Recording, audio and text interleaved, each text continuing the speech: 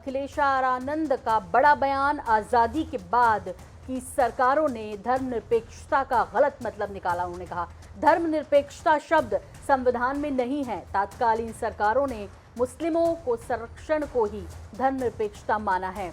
जब भी कोई हिंदू त्योहार आते हैं तो उसमें मुस्लिम हमला करते हैं। मध्य प्रदेश की घटना पर सरकार के एक्शन का किया है समर्थन। तो अब साधु संत भी आ गए हैं। इस पूरी जो आरोप प्रत्यारोप के बीच जंग छिड़ी हुई है इस वक्त मध्य प्रदेश की। यदि हम खरगोन में हुई हिंसा के बाद जो पल पल तस्वीर बदल रही है, अपडेट हो रही है, इस बीच जबलपुर से बड़ा बयान है। उन्होंने कहा कि आज़ादी के बाद की सरकारों ने धर्मनिरपेक्षता का मतलब दरअसल संरक्षण देना ही कहा है मुस्लिमों को। धर्मनिरपेक्षता शब्द उपयोग नहीं हुआ है संविधान में, उन्होंने कहा। जो सरकार केंद्र में बनी और उसी की अनुगामिनी सरकार राज्यों में बनी, उन्होंने धर्मनिरपेक्षता का गलत ही अर्थ कर दिया। यद्यपि धर्मनिरपेक्षता शब्द संविधान में नहीं है, सेकुलर स्टेट शब्द है। और सेकुलर स्टेट की जो अवधारणा भ्रमवश लोगों में बनी कि मुसलमानों का संरक्षण करना चाहिए, अल्पसंख्यकों का संरक्षण होना चाहिए, उनके अधिकारों का संरक्षण होना चाहिए, इस धारणा के या मान्यता के अनुरूप मुस्लिमों में ये बात घर कर गई कि हम इस देश में सर्वोपरि हैं और सरकार हमारा रक्षण करती, तो हम कोई भी कदम उठा लें सरकार तो हमारे साथ होगी। और ऐसा देखने में भी आया है कि सरकारों ने हमेशा उनका ही साथ दिया है, राज्य सरकारों ने भी और केंद्र सरकार ने भी। तो जबलपुर से खबर है, महामंडलेश्वर स्वामी अखिलेशानंद ने ये बयान दिया है। डॉक्टर राम पांडे कांग्रेस की तरफ से हमारे साथ जुड़ गए हैं। डॉक्टर राम पांडे, आपसे सबसे पहले रिएक्शन चाहेंगे जो कुछ अभी महाराज ने कहा है उस पर। देखिए, साधु संत जो होते हैं वो नफरत में विश्वास नहीं करते हैं और उनकी अवधारणा होती है वसुदेव कुटुंबकम। पूरा दुनिया हमारा परिवार है, सबको बराबर की दृष्टि से साधु संत देखते हैं।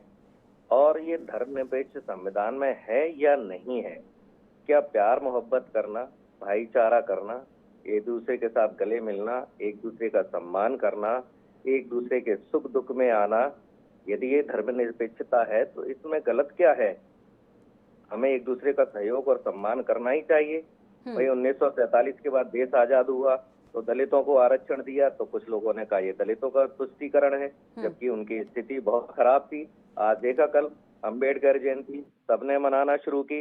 तो जो भी देश के लिए अच्छा हो सकता था कांग्रेस पार्टी ने किया था। हाँ। और साधु संतों को मैं समझता हूँ ऐसी भाषा नहीं बोलना चाहिए। अभी 4 दिन पहले एक साधु संत बोल रहे थे कि मुस्लिम लड़कियों के साथ बलात्कार करो। मैं नहीं समझता कि हिंदू धर्म में इस बात की स्वीकारता है कि किसी भी धर्म की लड़कियों के साथ बलात्कार करो। नहीं आपको नहीं नहीं किसी नहीं, धर्म आप से एक मिनट यहाँ पे डॉक्टर राम पांडे, उन्होंने जो कहा हम उसी पर दरअसल आपसे प्रतिक्रिया चाह रहे हैं।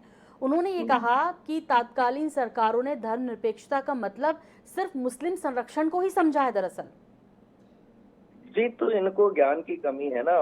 वही आज देश में जो माहौल चल रहा है, ठीक है, और जितने भी ये साधु संत हैं अब इनको भी जेट सिक्योरिटी मिल जाएगी, सुरक्षा मिल रही है, पैसा मिल रहा है, जेट सिक्योरिटी मिल रही है इस बात का कि मुस्लिम महिलाओं के साथ आप बलात्कार करो।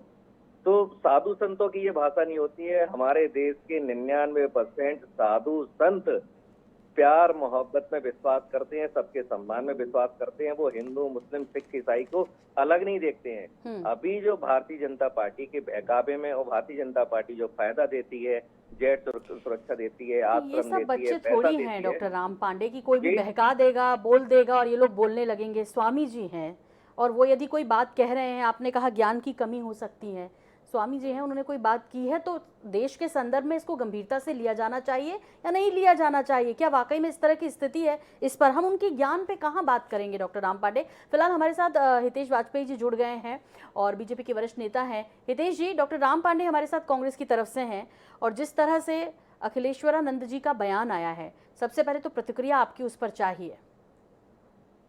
देखिए सोना जी, ये बहस जो है वो बहुत पुरानी है और धर्म जो है वो धर्माचार्यों का विषय है।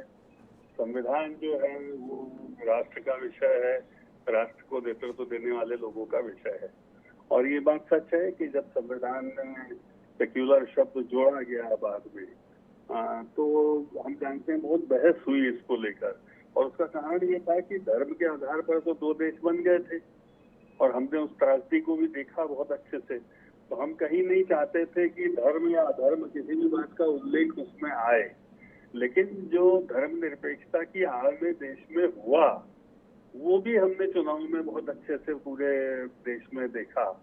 और आज दिग्विजय सिंह हो, इनके बयान हो, आप देखिए ना, इन्होंने धर्मनिरपेक्षता की आड़ में कितना तुष्टीकरण किया है।